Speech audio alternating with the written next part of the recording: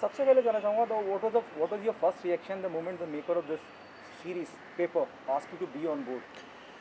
First reaction was obviously very excited because when he narrated the story to me, I remember he narrated a one line, and by the second or the third second, I said I'm doing it. The thought process behind the show is extremely exciting. The director himself, there is a vibe when you meet somebody. The director has such a great vibe that I said, sir, I don't know about the script that much yet, but I definitely want to work with you.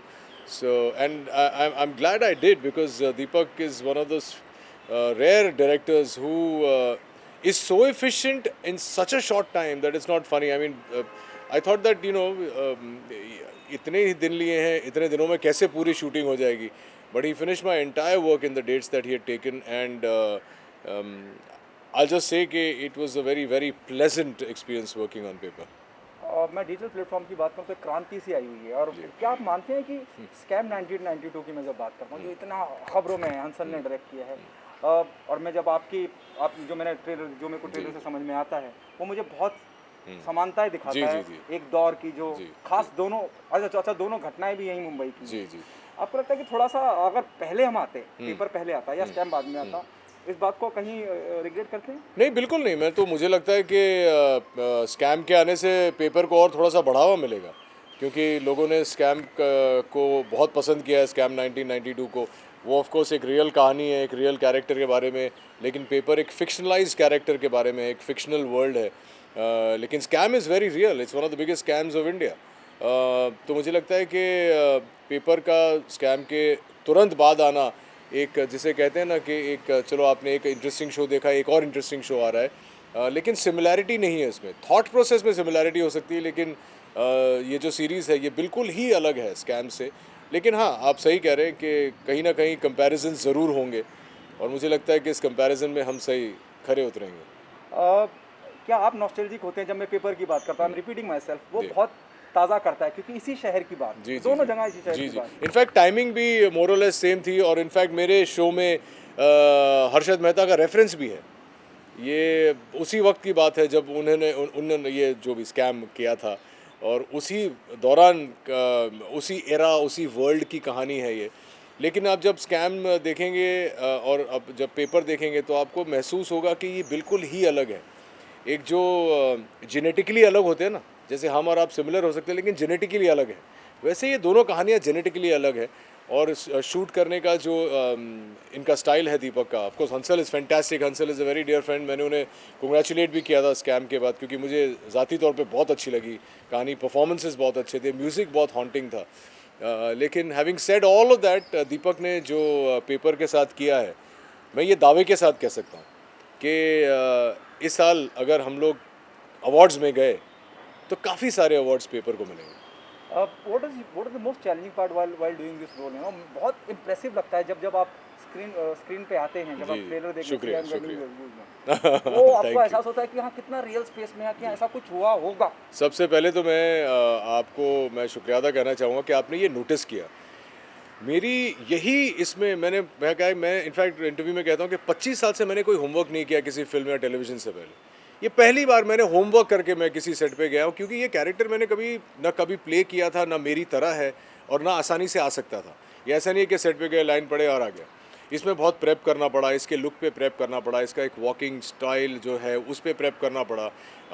मेरे character real life character से बिल्कुल ही अलग है. ये वो सोचता ही अलग है.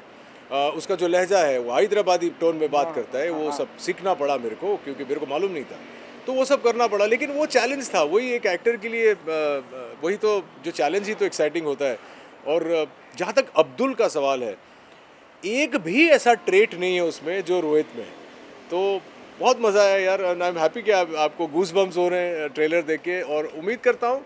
और पहली बार 25 साल लंबे करियर में मुझे कॉन्फिडेंस है कि लोगों को ये शो पसंद आएगा. वन लाइनर बड़े इंपॉर्टेंट लग रहे हैं जी. उसके डायलॉग जिस तरह से लिखे गए हैं और जिस तरह से अदा करे गए हैं, डायलॉग का कितना श्रेय, बहुत इंप्रेसिव लगते हैं जिस तरह से आप कहते हैं. सर मैं आपको ये बताऊं कि इस कहानी में, और आपने एक बात बहुत अच्छी कही कि आपको देख के लगना चाहिए कि यार ये रियल लाइफ कैरेक्टर है. हालांकि फिक्शनल है लेकिन वो एक जो वर्ल्ड क्रिएट किया आपको लगना चाहिए कि ये अब्दुल कोई रहा होगा 19 में. कि 90s में इसने ज़रूर कुछ ऐसा किया होगा। तो ये बहुत बड़ी बात है जो आपने कही। Dialogue one liner. ये वही मैं सोच रहा था कि आपको कैसे समझाऊं। उसके डायलॉग्स पंची है, लेकिन वन लाइनर्स में क्या होता है कि कभी कभी फेक हो जाते हैं। तो वैसे वन लाइनर्स ये कैरेक्टर नहीं बोलता है, लेकिन वो बोलता है। जैसे एक बहुत ही इंटरेस्टिंग मेरी लाइन थी जो मैंने खुद लिखी थी ऑन सेट, कि वो बोलता है कि यार तुम्हारा ट्रक पकड़ा गया। तो बोलता है हाँ तो ये तो मेरे को अरेस्ट करने का ना, इधर बैठ के सामने सामने चाय को पिलाता है। तो ये ऑन द स्पॉट कभी कभी आ जाता है। तो ये सारी चीज़ें, और ये इसको मैं श्रेय फिर से दीपक जी को देता हूँ, डायरेक्टर जो है हमारे, कि उन्होंने मुझे वो लिबर्टी दी, वो फ्रीडम दी। देखिए जब एक डायरेक्टर एक्टिंग करता है ना तो बहुत लिमिटेशन आ जाती है कि अच्छा ये डायरेक्टर बोल रहा है मुझे या ये एक्टर बोल रहा है। तो मुझे बहुत फूक फूक के कदम लेने पड़ते हैं, क्योंकि मैं किसी को ये नहीं जताना चाहता हूँ कि भाई मुझे ये the director in me is talking. तो ये बहुत ही एक क्रूशल पॉइंट आता है रिलेशनशिप में। दीपक जी ने मुझे वो लिबर्टी दी कि भाई ये तुम्हारा स्क्रिप्ट है, ये तुम्हारा कैरेक्टर है, तुम्हारा शो है, तुम्हें जैसा सही लगे तुम ये कैरेक्टर बिल्ड करो। और मैंने मेहनत की of course, but I give the entire credit to my performance to Deepak ji, and I mean this in all honesty. You said, there'll be a comparison with Scam 1992. Do you think that the sense of responsibility goes up on your shoulder? Yes absolutely. Because अगर scam नहीं आता था तो मैं paper एक नया है show, Rohit बोसरॉय है शो में, शो आएगा, लोग देखेंगे, सोचेंगे। अब स्कैम आ गया है, अब उसके लीड एक्टर की बहुत तारीफ हुई है, जो मैं भी बहुत समझता हूँ कि क्या कमाल का काम किया उसने। अब कंपैरिजन्स होंगे, लेकिन मुझे ऐसा लगता है कि मेरा किरदार इतना अलग है स्कैम के किरदार से। हालांकि दोनों स्कैम आर्टिस्ट हैं, लेकिन इतना अलग है बिल्कुल। मतलब ऐसा लगता है कि बिजनेसमैन है, लेकिन भाई टाइप बिजनेसमैन है, और वो एक रियल लाइफ मिडिल क्लास, वो उसने बहुत अच्छे से किया है। तो अगर कंपैरिजन होते भी है तो अच्छा ही होगा। हाँ, रिस्पॉन्सिबिलिटी थोड़ी सी बढ़ जाती है, लेकिन ये तो वक्त ही बताएगा कि रिस्पॉन्सिबिलिटी भी खरा उतरा हूँ या नहीं।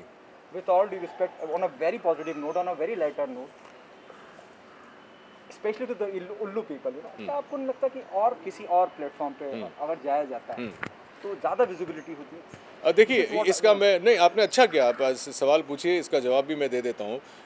उल्लू के साथ मुझे ये शो करने में इसलिए मज़ा आया क्योंकि उल्लू का जो एक पहले थॉट प्रोसेस था कि उस किस्म के शोज़ बनाते थे, वैसा कंटेंट ज़बरदस्ती आता ही था, क्योंकि वैसी फ़ैन बेस थी उनकी, वैसी व्यूअरशिप थी, वैसे ऑडियंस थी।